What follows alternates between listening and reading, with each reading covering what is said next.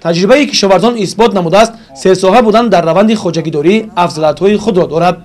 دهقانان کارخانه واحد تعلیمی تجربوی حصار نزد دانشگاه اگراری تاجیکستان این روند فعالیت کشاورزی را انتخاب نمودند. سال جاری پرورش قلفی نی را در خوجگی بیشتر به راه ماندند. عالمان و استادان دانشگاه اگراری تاجیکستان همیشه از رفت پرورش آن دیدن نموده برای گرفتن حاصل دلخواه مصلحت‌های مفید می‌دهند. ما برای سنجش من همین 4 نوع توت زمینی در منطقه حصار، منطقه خطلان و خوجند سنجش گذرانده استیم. همین 4 نوع توت زمینی را سالی گذشته ما 1 نوع فقط وارد جمهوری ساخته بودیم، این باشد فستیوال.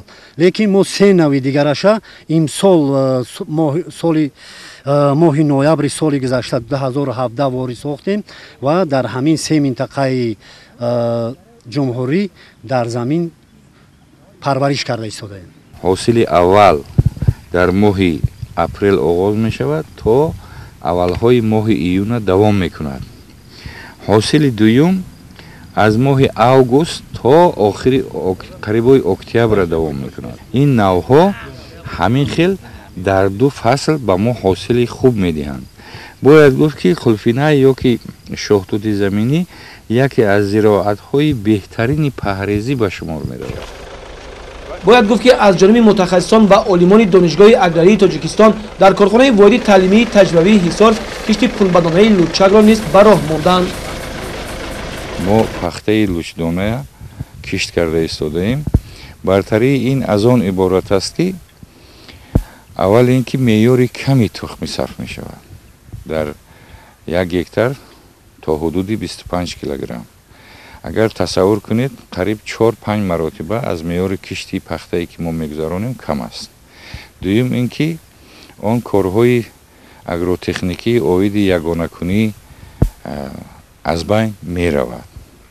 خب این پخته در چقوری 3-4 سانتی متر کشت کرده می شود. در اولین نمناکی هایی که پیدا می شود این به ما سبزش سریع تامین میکنه.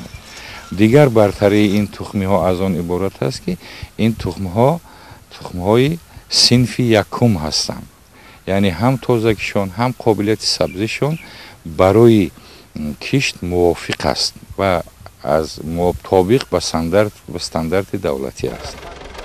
سرساحه بودن در روند خوجگیداری افضلیت‌های خود را دارد. دهقانان کارخانه واحد تعلیمی تجربی نزد دانشگاه اگراری تاجیکستان در شهر حصار این روند فعالیت کشاورزی را انتخاب نمودند. مقصد دارند در سمت ساحه کشاورزی بیشتر تجربه گذراندن کشاورزان مملکت را با تخم‌های خوش صفت تامین نمایند.